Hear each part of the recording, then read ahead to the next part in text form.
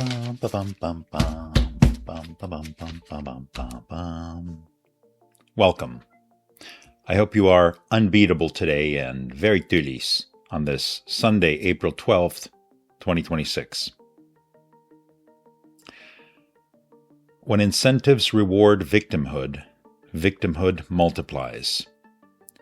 Quote, few skills are so well rewarded as the ability to convince parasites that they are victims. End quote by Thomas Sowell. Being close to the wrong people can cost you everything.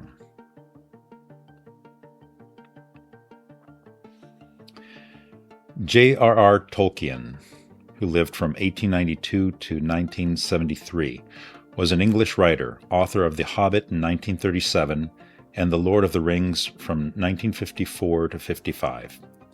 Tolkien, a devout Catholic, crafted a deep philosophical and theological reason for calling mortality a gift rather than a curse. Tolkien called death a gift because it liberates men from eternal bondage to a troubled world, grants us purpose and creative freedom in life, and points us toward a transcendent hope, something even the immortal powers might one day envy. It is a profound inversion of the usual view of mortality. It is rooted in Tolkien's Christian faith and his love for subcreation. The tragedy in his tales often comes from characters failing to trust or accept this gift. Why did Tolkien call death a gift? In The Silmarillion, he writes, death is an exclusive gift given to mankind by God. All other creatures envy this gift, including the immortal elves. Mankind alone, through death, is granted union with the divine. Tolkien's point is that immortality in a fallen world is not a blessing, nor man's actual purpose. To live forever in a world marred by corruption, vice, and decay is to be trapped with no escape. Death, then, is not a tragic ending, but a return of creation to its creator. The humility of mortal man leads to a glory far greater than immortality. In other words, man was made for something greater than earthly pleasure. Death is the preparation for eternity. Today, we tend to see this backwards. We treat death as the ultimate evil and endless life as the ultimate good, no matter the cost. We try to preserve life indefinitely, and in doing so, lose sight of what life is actually for, of our important purpose in life. Tolkien's final insight is simple. A man who refuses to die for anything will one day find he has nothing worth living for. A world that fears death above all else will never reach the highest good, for life truly begins when you discover a love greater than life itself. Reflecting light. 1. The ability to change one's mind is not a weakness, being wishy-washy, or a sign of flaky beliefs. It is proof that one's ego does not outrank new and true information. The goal is not to be right, it is to get it right. 2. Be sure to distinguish needs versus wants, in others and in yourself.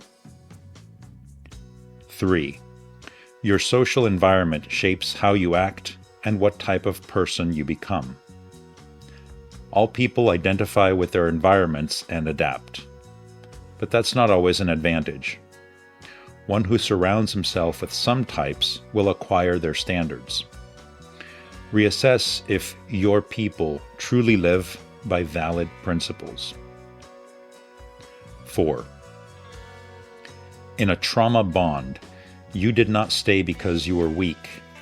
You stayed because your nervous system got addicted to the cycle. Love, hurt, apology, repeat. First the high, then the crash. First the affection, then the withdrawal. Your body mistook the roller coaster for connection. That is a trauma bond, not a love story. Detoxify it by naming it for what it is, a chemical cage dressed up as destiny. Your heart is not obligated to keep reliving the same wound. You are allowed to step off the ride, even if your knees shake. Real love is not supposed to feel like withdrawal when it's gone. 5. You will stop taking things too personally once you realize some people are subconsciously loyal to their patterns first, rather than their relationship with you. Those who pretend to care only care about pretending. People pleasers prioritize pleasing others over telling the truth. 6. Women today are sadly weaponized with the largest institutional support in human history. Laws defend them, policies uplift them, systems cushion them. Yet they are more unhappy, unpartnered, and emotionally displaced than ever. Because systemic aid replaced male indulgence, but not male presence. Men once provided emotional anchorage, patience, and personal sacrifice. The system provides only benefits and bureaucracy. Women cannot bond with a policy. They cannot feel cherished by a quota. And they cannot build safety with a legal advantage. Men withdrew their indulgence because the feminine mystique collapsed. Women no longer appear harmless, they appear adversarial. Men now see risk, not refuge.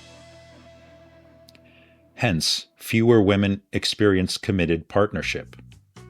Sex toys replace intimacy. Therapists replace companionship. Dating apps replace organic connection. These feel like independence, but deliver isolation. Women are rising professionally, but falling relationally. Because systems meet needs of survival, not emotions. And women, by nature, require the latter.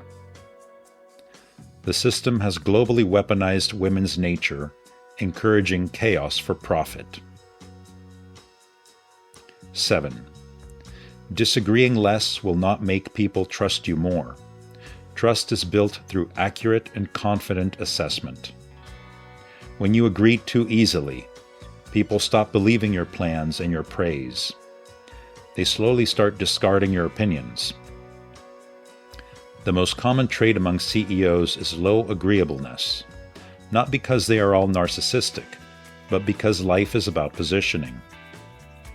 If you want people to follow and trust you, start positioning yourself as the leader and not the follower. Evaluate if positions are true and just, rather than exploitative and hedonistic. Until you see me again, duliness saves the universe. Be well, everyone.